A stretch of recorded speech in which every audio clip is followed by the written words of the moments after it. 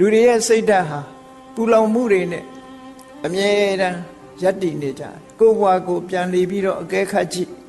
စိတ်မပူရဘူးဆိုတဲ့ပုဂ္ဂိုလ်တရားဟာနောင်ရေးကိုတွေးကြည့်ငါတရားအောင်မှတွေးကြည့်ပူသွားလိမ့်မယ်နော်ပစ္စည်းဥစ္စာတွေအကုန်ထားခဲ့ရလိမ့်မယ်လို့တွေးကြည့်ပူသွားလိမ့်မယ်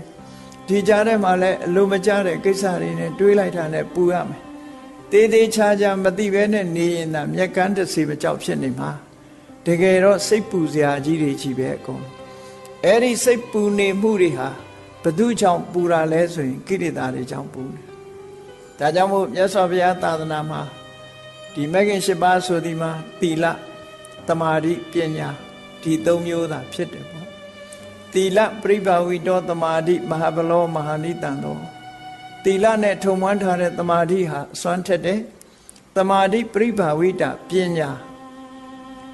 မဟာဗလာမဟာနိတံသာသမာဓိနဲ့လွှမ်းခြုံထားတဲ့ပညာဟာလည်းအစွမ်းထက်တယ်